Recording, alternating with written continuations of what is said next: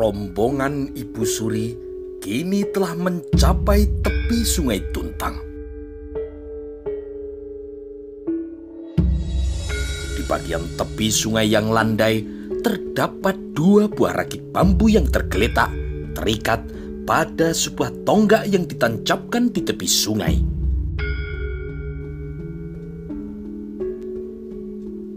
Ternyata di Sungai Serang telah tersedia dua buah rakit. Mungkin sudah disediakan oleh Kakang Mas Prawoto yang sering bepergian dari Prawoto ke Demak untuk menemui Ki Patih Wonosalam, kata Adipati Hadiwijoyo dalam hatinya.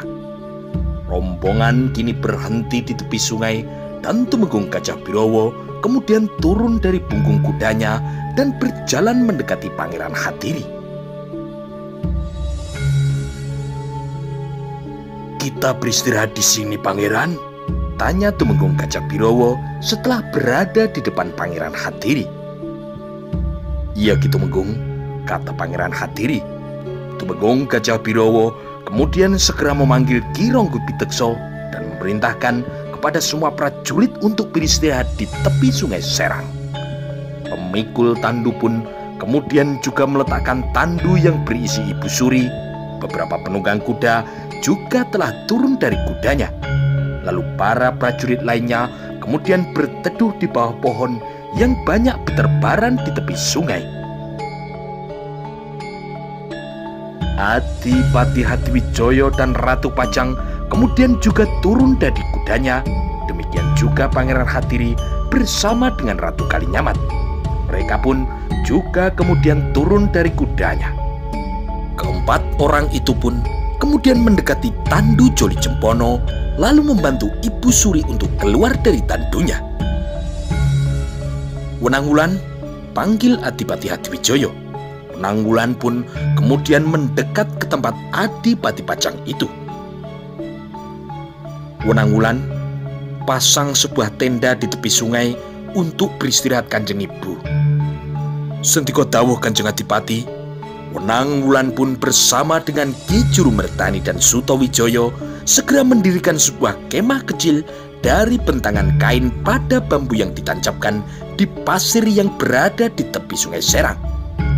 Tumenggung Gajah Birowo kemudian juga memerintahkan kepada semua prajurit yang berada di dalam rombongan itu untuk beristirahat dan makan bekal yang telah mereka bawa.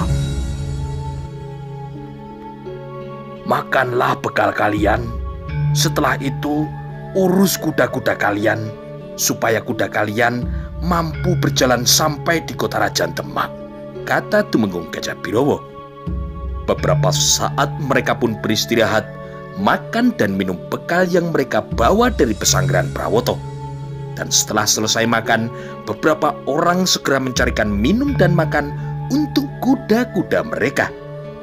Beberapa orang prajurit masih tetap beristirahat, berbaring di bawah pohon yang berdaun rimbun yang terdapat banyak di tepi sungai.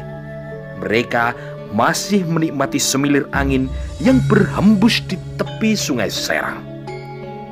Angin yang bertiup perlahan mengeringkan keringat yang ada di kening-kening mereka. Sedangkan perut para prajurit itu pun telah kenyang dengan makan bekal yang dibawa oleh mereka sendiri.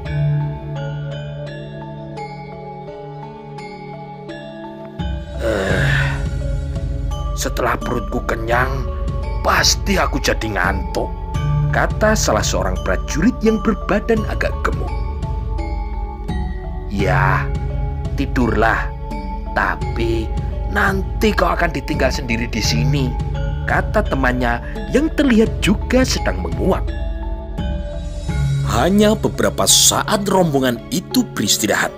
Dan ketika dianggap waktu istirahat telah dianggap cukup, maka perjalanan mereka pun dilanjutkan kembali. Ki Ronggo Pitekso bersama dengan beberapa orang prajurit mengawali penyeberangan dengan rakit yang telah tersedia di tepi sungai.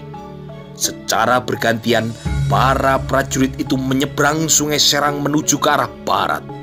Beberapa kali, dua buah rakit itu hilir mudik untuk mengangkut para prajurit bersama dengan kuda-kuda mereka. Tumenggung Gajah Birowo bersama dengan Ibu Suri Pangeran Hatiri dan Ratu Kalinyamat beserta Adipati Hatiwijaya dan Ratu Mas Cempoko juga telah menyeberang ke arah barat. Tidak berapa lama, Ki Ronggo Pitekso berjalan mendekati Ki Tumenggung Gajah Birowo. "Para prajurit, apakah semua sudah menyeberang, Ki Ronggo?" tanya Tumenggung Gajah Birowo. "Sudah, Ki Tumenggung," jawab Ki Ronggo Pitekso. Lalu Tumenggung Gajah Birowo pun memerintahkan kepada semua prajurit untuk meneruskan perjalanan mereka kembali. Tidak lama kemudian, rombongan kini bergerak maju menuju ke kota Rajan Demak. Matahari pun terus bergerak perlahan ke arah barat. Rombongan kini juga bergerak perlahan menuju ke kota raja. Beberapa kali prajurit pemikul tandu telah berganti dengan para pemikul yang baru. Ketika sinar lembayung senja telah memenuhi langit Brangkulon, matahari hampir tenggelam ketika rombongan Ibu Suri naik rakit menyeberangi Sungai Tuntang. "Sebentar lagi kita akan sampai di kota raja," kata seorang prajurit yang sedang berada di atas rakit kepada temannya yang berada di sebelahnya. "Ya, aku sudah tahu. Sejak lahir sampai sekarang, aku selalu berada di kota raja," kata temannya itu sambil bersungut-sungut. Ketika kegelapan baru saja menyelimuti kota Rajan Demak, rombongan Ibu Suri telah sampai di depan pintu gerbang keraton. Tidak lama kemudian, Tumenggung Gajah Birowo segera membubarkan para prajurit yang kelelahan setelah menempuh perjalanan sehari penuh. Langit di atas bumi kota Rajan Demak malam itu terselubung kegelapan. Sinar bulan sabit seakan tidak mampu menerangi jagat raya. Kerlip bintang gubuk penceng seakan menari-nari menuntun orang-orang yang kehilangan arah di dalam gelap. Sebuah bintang berekor tiba-tiba terlihat di langit sebelah timur. Ekornya yang panjang seperti asap yang mengerucut. Kemudian samar-samar ekornya pun menyatu dengan gelapnya malam. Seorang prajurit yang sedang nganglang tertegun ketika melihat bintang berekor yang sedang melintas itu. Bintang itu seperti terlihat sangat dekat sekali. "Ada lintang Kemukus yang sedang melintas. Akan ada kejadian apa lagi di Kesultanan Demak setelah kematian Sunan Prawoto?" kata prajurit itu dalam hatinya. Temannya yang bertubuh kurus yang berada di sampingnya juga melihat ke arah bintang yang berekor itu. Kemudian ia berkata, "Lihat, di langit ada sebuah lintang Kemukus. Apakah akan ada geger lagi di Kesultanan Demak?" Temannya pun kini menoleh ke arahnya, tetapi ia tidak berkata apapun juga. "Apakah setelah kematian Sunan Prawoto akan ada kekacauan di Kesultanan Demak?" kata prajurit yang bertubuh kurus itu. "Mudah-mudahan tidak," kata temannya. "Ya, mudah-mudahan tidak. Jangan-jangan lintang Kemukus itu ada hubungannya dengan kosongnya Dampar Kencono di Kesultanan Demak," kata prajurit itu. Temannya pun sekali lagi menoleh ke arahnya, tetapi ia tidak berkata apapun juga. "Menurutmu, siapa nanti yang akan menjadi Sultan Demak selanjutnya, pengganti dari Sunan Prawoto? Ada Pangeran Hatiri, Adipati Pajang, Adipati Jipang, atau Pangeran Timur?" tanya prajurit yang bertubuh kurus. "Pangeran Hatiri." Ya, yang menjadi sultan mungkin nanti adalah Pangeran Hatiri, suami dari Kanjeng Ratu Kalinyamat, kata prajurit yang bertubuh kurus itu sambil terus berjalan di kegelapan malam. Gelap malam pun perlahan-lahan telah sampai di ujungnya, berganti dengan semburat berwarna merah di ufuk timur. Meskipun hari berkabung masih belum selesai, tetapi Kanjeng Ratu Kalinyamat telah memutuskan untuk kembali pulang ke Kalinyamat. Hari masih pagi. Di ruang dalam keraton Demak, Pangeran Hadiri dan Ratu Kalinyamat sedang menghadap Ibu Suri untuk berpamitan akan pulang ke Kalinyamat. "Kau akan pulang ke dalam Kalinyamatan sekarang, Ratu?" tanya Ibu Suri kepada putrinya itu. "Iya, Kanjeng Ibu. Nanti sebentar lagi setelah hari bergabung selesai, kami berdua akan ke Kudus. Pulangnya kami akan singgah ke Demak lagi. Kanjeng Ibu, di sini masih ada Diajeng Cempoko dan Adimas Hadiwijoyo yang akan menemani Kanjeng Ibu selama beberapa hari," kata Ratu Kalinyamat. Siang itu, Pangeran Hadiri dan Ratu Kalinyamat pulang ke dalam Kalinyamatan dengan dikawal oleh belasan pengawal pesanggrahan Kalinyamat yang dipandegani oleh Ki Waseso. Perjalanan yang lancar dari Demak menuju ke Kalinyamat yang juga tidak begitu jauh, sehingga ketika sebelum matahari terbenam, rombongan Ratu Kalinyamat telah sampai di dalam Kalinyamatan. Sementara itu, beberapa hari kemudian, di suatu pagi yang cerah, ketika Pangeran Hadiri dan Ratu Kalinyamat berada di ruang dalam, masuklah Ki Waseso bersama dengan Sarju yang baru pulang dari Jipang. "Kanjeng Ratu, ini Sarju yang baru saja datang dari Jipang akan memberikan laporan," kata Ki Waseso. "Kapan kau datang dari Jipang, Sarju?" tanya Ratu Kalinyamat. "Pagi tadi, Kanjeng Ratu. Setelah dari Jipang, saya kemudian menemui Ki Waseso, lalu bersama Ki Waseso saya diajak menuju kemari," jawab Sarju. "Baik, lalu apa yang kau lihat di Jipang, Sarju?" "Ampun, Kanjeng Ratu. Di Jipang terdapat kesibukan yang luar biasa, Kanjeng Ratu. Setiap hari, semua prajurit Jipang berlatih olah kanuragan, latihan perang-perangan, dan mereka berlatih seakan-akan besok pagi Jipang akan berperang," cerita Sarju. "Yang menarik lagi, kata seorang warga Jipang, orang yang melatih para prajurit itu adalah belasan prajurit Jipang yang berasal dari lereng Gunung Lawu." "Berasal dari lereng Gunung Lawu? Siapa mereka, Sarju?" tanya Ratu Kalinyamat.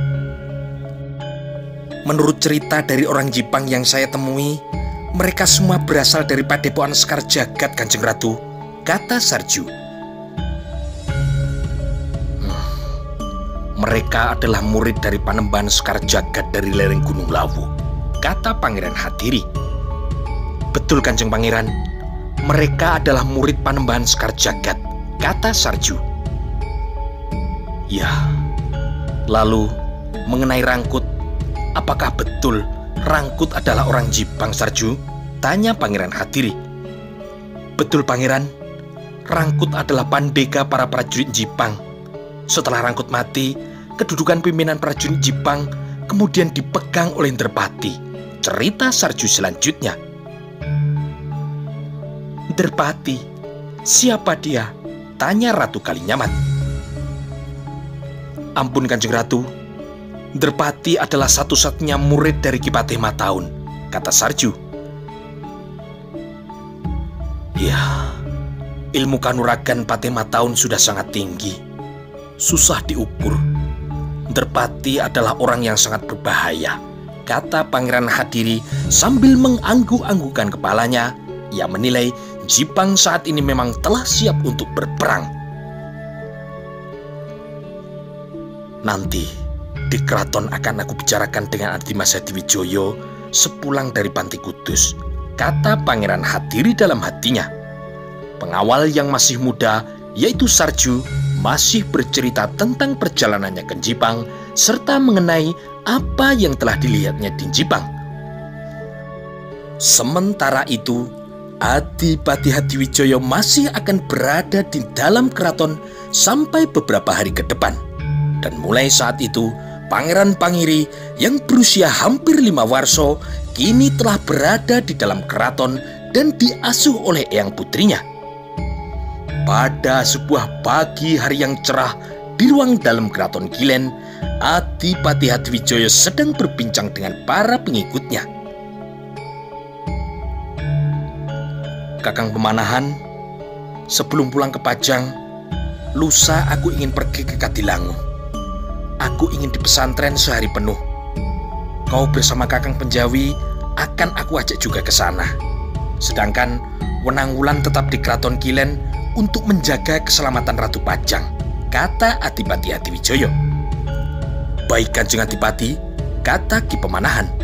Wenang-Wulan pun juga menyatakan kesanggupannya untuk menjaga Ratu Mas Cempoko. Adipati Hadiwijaya kemudian menggeser duduknya, kemudian bertanya kepada putranya. Jebeng, apakah kau akan ikut ke Kadilangu? Tanya Adipati Hadiwijaya.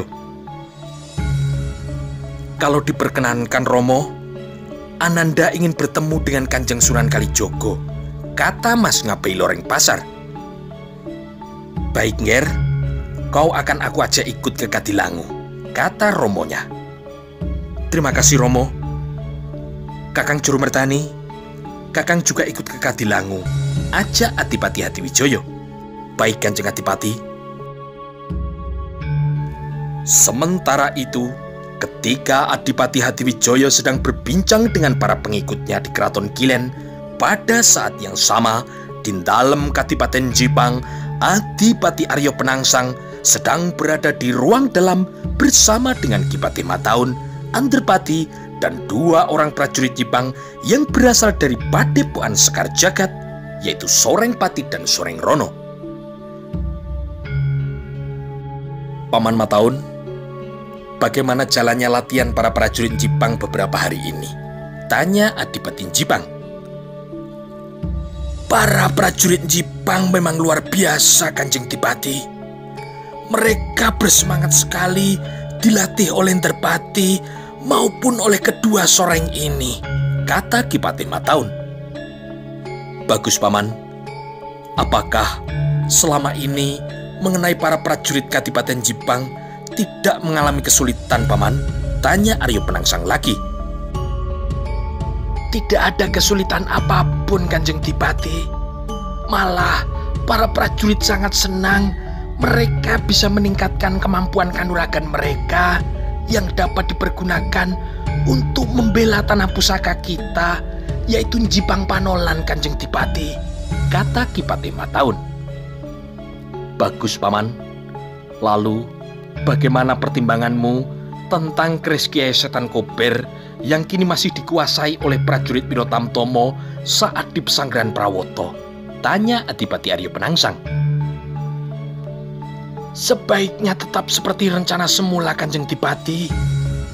Kanjeng Dipati menghadap Kanjeng Sunan Kudus, kemudian minta pertimbangan langkah apa yang sebaiknya akan Kanjeng Dipati lakukan, kata Ki Patih Mataun. Baik Paman, kalau begitu Paman aku tinggal dulu ke Kudus. Terpati, kau ikut aku. Kita akan berangkat ke Kudus hari ini, kata Adipati Jipang. Sentiko dawuh Kanjeng Adipati. Soreng Pati dan Soreng Rono, kau bawa 25 orang prajurit Jipang yang berasal dari Gunung Lawu. Sisanya 5 orang tetap berada di Jipang untuk membantu Paman Mataun melatih para prajurit Jipang, kata Adipati Arya Penangsang. Baik Kanjeng Adipati, kata Soreng Pati dan Soreng Rono hampir bersamaan. Kenapa membawa prajurit banyak sekali Kanjeng Dipati? Tanya Ki Patih Mataun. Iya Paman, saat ini situasi di dalam Kesultanan Demak semakin tidak menentu. Kita harus selalu siap bertempur. Kalau nanti kita bertemu dengan rombongan dari Pajang ataupun dari Kalinyamat, kita sudah siap, kata Arya Penangsang selanjutnya. Ki Patih Mataun pun hanya mengangguk-anggukkan kepalanya tanpa berbicara sepatah kata pun. Beberapa saat mereka masih berbincang tentang latihan para prajurit Jipang yang telah mereka lakukan beberapa waktu yang lalu. Waktu berjalan terus. Siang berganti malam dan malam pun berganti menjadi pagi. Pagi itu ketika matahari baru saja terbangun dari tidurnya, di depan dalam Kadipaten Jipang telah bersiap 25 ekor kuda yang akan dipergunakan oleh para prajurit Jipang yang berasal dari Padepokan Sekar Jagad di lereng Gunung Lawu. Di sebelahnya ada seekor kuda gagah yang berwarna hitam, kuda kesayangan dari Adipati Aryo Penangsang yang bernama Gagak Rimang. Di dekatnya ada juga kuda yang akan ditunggangi oleh pemimpin prajurit Jipang, yaitu Antarpati. Para prajurit yang akan berangkat ke Kudus itu telah berdatangan di depan pendopo. "Jangan lupa pedang pendek kalian," kata Antarpati kepada beberapa orang prajurit Jipang yang telah berada di dekatnya. "Sudah, Kakang Terpati." Soreng Pati dan Soreng Rono juga telah siap di depan pendopo untuk bergabung dengan para prajurit lainnya. Tidak lama kemudian, dari pendopo telah berjalan Adipati Aryo Penangsang bersama dengan Ki Patih Mataun. Mereka berjalan menuju ke tempat para prajurit itu bersiap. "Terpati, Soreng Pati dan Soreng Rono, apakah kalian semua sudah siap?" tanya Adipati Aryo Penangsang. "Sudah, Kanjeng Adipati," kata Antarpati. "Baik," kata Aryo Penangsang. Kemudian ia pun segera naik ke punggung Gagak Rimang, dan semua prajurit Jipang lainnya juga kemudian naik ke punggung kuda mereka masing-masing. Setelah semuanya siap, maka Adipati Jipang kemudian bersiap untuk berangkat. "Paman Mataun, aku berangkat dulu," kata Adipati Aryo Penangsang. "Monggo silakan Kanjeng Adipati. Hati-hati di jalan," kata Ki Patih Mataun. Adipati Aryo Penangsang kemudian segera menjalankan Gagak Rimang meninggalkan dalam Kadipaten Jipang. Di belakangnya diikuti oleh Antarpati dan 25 prajurit Jipang. Ki Patih Mataun, Patih Kadipaten Jipang Panolan yang rambutnya telah memutih itu, memandang rombongan prajurit berkuda Kadipaten Jipang yang mulai berlari menuju ke Panti Kudus. "Mudah-mudahan pembicaraan dengan Kanjeng Sunan Kudus berhasil mendapatkan jalan untuk mengembalikan keris Kiai Setan Kober, sehingga Kanjeng Adipati Aryo Penangsang bersama dengan para prajurit Jipang tidak perlu membongkar pesanggrahan Prawoto." Ki Patih Mataun masih memandang debu yang mengepul di jalan sampai kuda-kuda itu tidak terlihat lagi. 27 ekor kuda berpacu meninggalkan dalam Kadipaten Jipang. Orang yang berkuda paling depan adalah Adipati Jipang, yaitu Adipati Aryo Penangsang yang mengendari kuda kesayangannya. Di belakang kuda Gagak Rimang berpacu 26 prajurit Jipang yang tidak mengenakan pakaian keprajuritan. Mereka hanya mengenakan pakaian sehari-hari. Kuda-kuda itu berpacu berurutan, dan debu pun mengepul dari derap kaki kuda yang semuanya berlari dengan kencang. Kanjeng Adipati memacu Gagak Rimang supaya sore nanti kita sudah sampai di Panti Kudus, kata Antarpati dalam hatinya. Rombongan prajurit berkuda dari Jipang Panolan terus berderap ke arah utara. Beberapa kali mereka memberi kesempatan kuda-kuda mereka untuk minum dan beristirahat. Dan ketika matahari hampir mencapai puncaknya, mereka pun telah mencapai setengah perjalanan mereka. Beberapa saat kemudian, rombongan prajurit Jipang itu telah berhenti dan beristirahat. Mereka hendak makan bekal yang telah mereka bawa. "Panggil Antarpati, Soreng Pati dan Soreng Rono kemari," kata Aryo Penangsang kepada seorang prajurit yang berada di dekatnya. Tidak lama kemudian, 3 orang prajurit Jipang itu pun telah duduk di hadapannya. "Antarpati, Soreng Pati dan kau Soreng Rono, kali ini tugas kalian adalah berat. Apabila nanti Kanjeng Sunan Kudus tidak bisa memberi jalan keluar mengenai keris Kiai Setan Kober yang dikuasai oleh para prajurit Wirotamtomo Kesultanan Demak, maka setelah dari Kudus, kita akan bergerak mencari keris itu ke Pesanggrahan Prawoto, ke Pesanggrahan Kalinyamat, atau ke Kadipaten Pajang. Bahkan mungkin keris itu sekarang telah disimpan di penyimpanan pusaka Keraton Demak.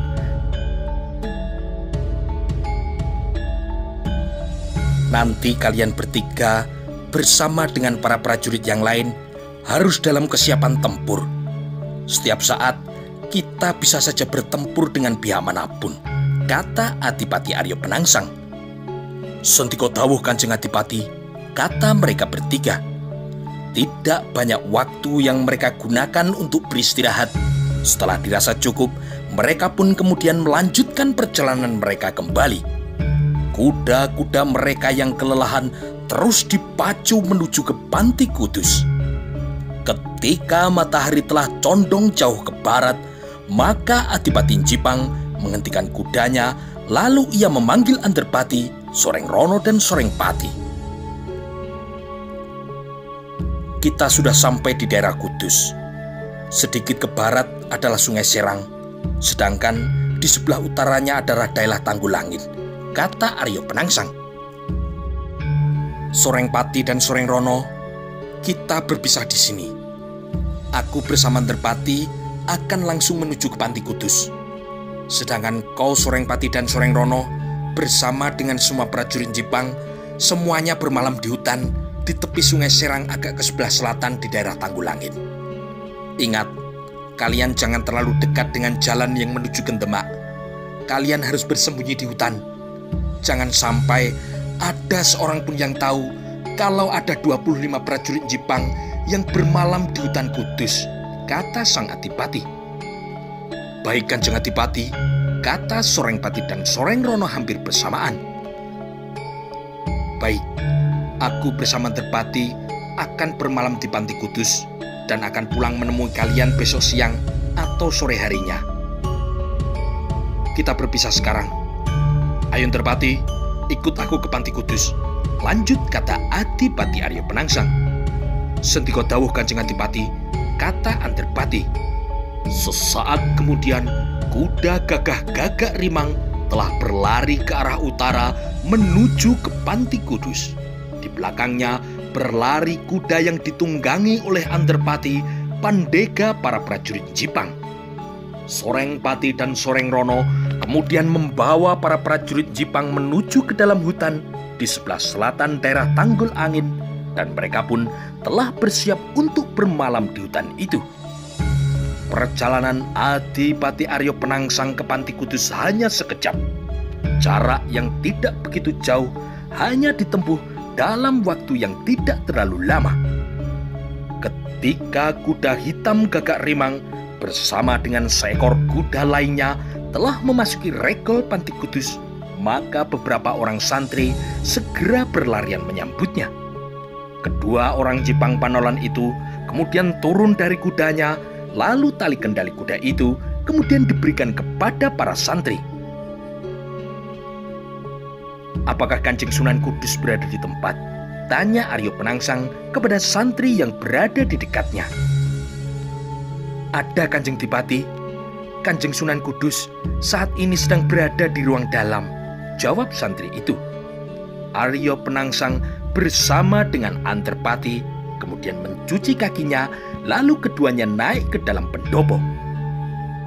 Kanjeng Sunan Kudus yang mendapat laporan dari seorang santri kalau ada tamu yaitu Adipati Aryo Penangsang, kemudian segera bergegas keluar dari ruang dalam dan menuju ke pendopo.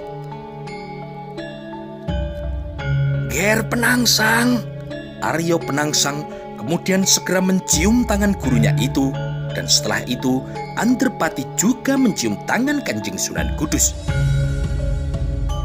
Bagaimana Ger? Apakah kau selamat? Atas doa restu Bopo Sunan, saya dalam keadaan sehat Bopo Sunan, kata Aryo Penangsang. Baik, duduklah Ger, kata Kanjeng Sunan Kudus mempersilahkan muridnya itu untuk duduk di pendopo. Aryo Penangsang kemudian duduk di amben berhadapan dengan Kanjeng Sunan Kudus, disusul oleh Antarpati yang duduk di belakangnya. "Kau hanya pergi ke sini berdua saja, Nger?" "Iya, Bopo Sunan, berdua dengan Antarpati," kata Aryo Penangsang, dan Antarpati pun kemudian mengangguk hormat. "Lalu kau akan menginap di sini berapa hari, Nger?" tanya Kanjeng Sunan Kudus. "Semalam saja, Bopo Sunan. Besok siang atau sore saya akan langsung pulang ke Jipang," jawab Aryo Penangsang. "Dulu kau pernah berkata akan menginap di sini 4 atau 5 hari, Penangsang." "Iya, Bopo. Tetapi kalau menginap agak lama, saat ini waktunya kurang tepat, Bopo Sunan," kata Adipati Jipang. Pembicaraan mereka pun terhenti karena ada seorang santri yang keluar dari ruang dalam sambil membawa sebuah kendi yang berisi air. Mereka masih berbincang bertiga, lalu beberapa saat kemudian Kanjeng Sunan Kudus berkata, "Kalian berdua mandilah dulu.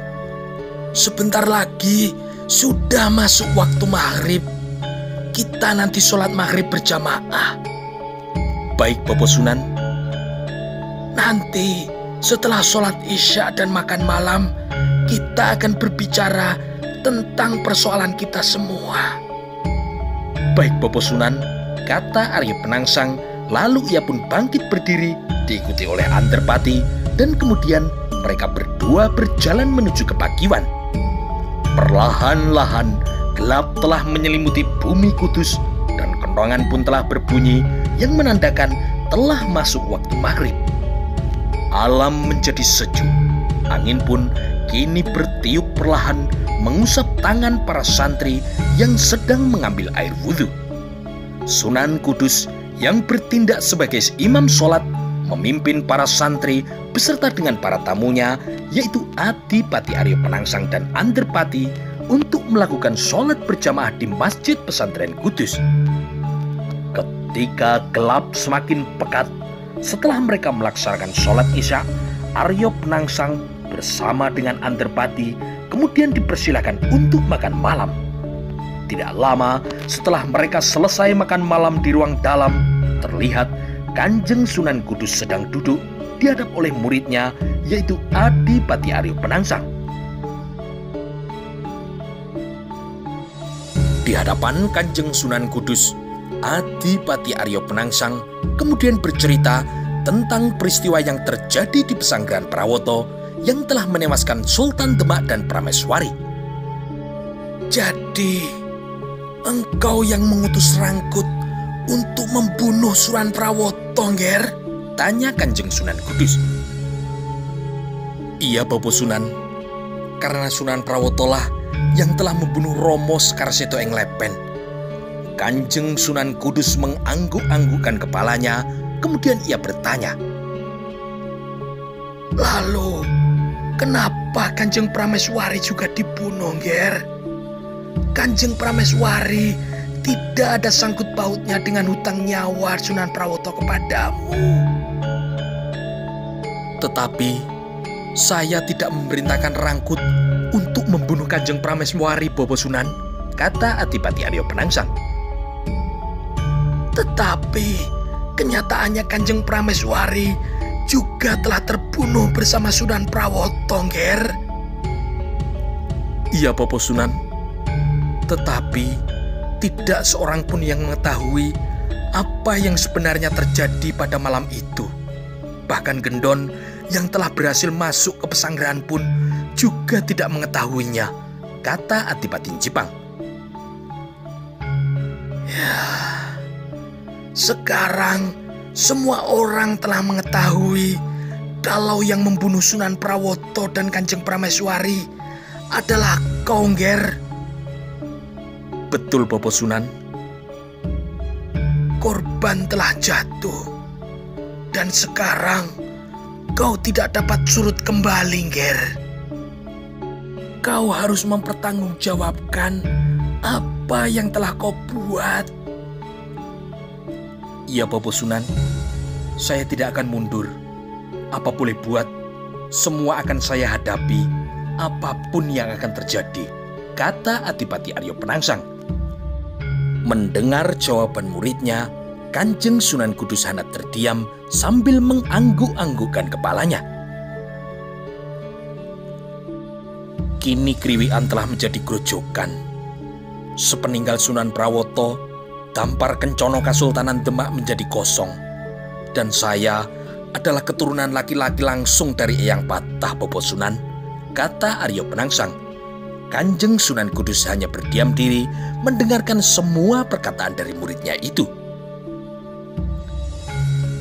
Sekarang masalahnya berubah menjadi besar. Masalah sekarang adalah masalah tahta Demak yang kosong. Bagaimana pendapat Bopo Sunan? Apakah saya berhak menjadi Sultan Demak, Bopo Sunan? Tanya Aryo Penangsang.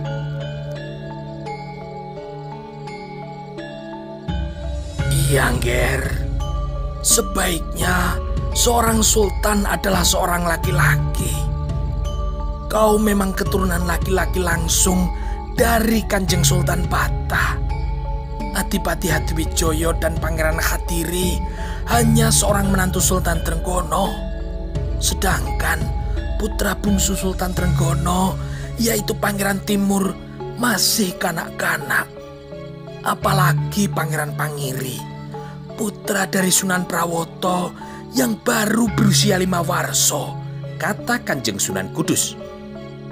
Tetapi Ngger Penangsang, sebenarnya bukan dengan cara-cara seperti ini kau bisa menduduki tahta Kesultanan Demak, Ngger. Adipati Jipang dan pemimpin prajurit Jipang hanya berdiam diri mendengarkan perkataan dari Kanjeng Sunan Kudus. Lalu, bagaimana dengan kerismu Kiai Setan Kober, Ngger? Tanya Kanjeng Sunan Kudus selanjutnya. Bopo Sunan, justru itu yang akan saya tanyakan kepada Bopo Sunan. Apa yang sebaiknya saya lakukan supaya keris Kiai Setan Kober dapat kembali ke Jipang, kembali menjadi sifat kandel Kadipaten Jipang? Jawab Aryo Penangsang. Suasana menjadi hening. Kanjeng Sunan Kudus sedang berpikir keras mempertimbangkan apa yang sebaiknya dilakukan oleh muridnya itu yang telah kehilangan pusakanya, yaitu keris Kiai Setan Kober. Tidak mudah bagi Kanjeng Sunan Kudus untuk mencarikan jalan keluar persoalan yang sedang dihadapi murid sekaligus kemenakan yang sangat disayanginya itu. Betapa pelik dan rumit persoalan yang sedang dihadapi oleh Penangsang, kata Kanjeng Sunan Kudus dalam hatinya. Menurut perhitunganmu, saat ini kerismu Kiai Setan Kober sedang berada di mana, Ngger? Saya tidak tahu, Bopo Sunan. Keris itu mungkin berada di Pesanggaran Prawoto, Kalinyamatan, Pajang, atau mungkin dibawa oleh salah seorang petinggi Demak, mungkin Ki Patih Wonosalam atau Ki Tumenggung Gajah Birowo, jawab Adipati Aryo Penangsang. Kanjeng Sunan Kudus pun berpikir, tetapi tetap saja ia belum menemukan jalan yang terbaik untuk menemukan keris itu dan mengembalikannya kepada Aryo Penangsang. Bagaimana, Bopo Sunan? Apa yang harus saya lakukan? Tanya Adipati Jipang. Ngger Penangsang, ini adalah sebuah permasalahan yang sangat sulit. Aku belum dapat menemukan jalan keluarnya. Nanti akan aku carikan dulu langkah apa yang sebaiknya nanti kau lakukan. Coba tunggu besok pagi. Mudah-mudahan sudah ada jalan yang terbaik untukmu, Ngger, jawab Kanjeng Sunan Kudus. Baik, Bopo Sunan. Mudah-mudahan besok pagi sudah ada petunjuk dari Bopo Sunan. Malam itu, Adipati Aryo Penangsang ditemani oleh Antepati masih berbincang dengan Kanjeng Sunan Kudus sampai wayah sepi wong. Setelah dirasa cukup pembicaraan mereka, Kanjeng Sunan Kudus kemudian mempersilahkan mereka untuk beristirahat di kamar belakang.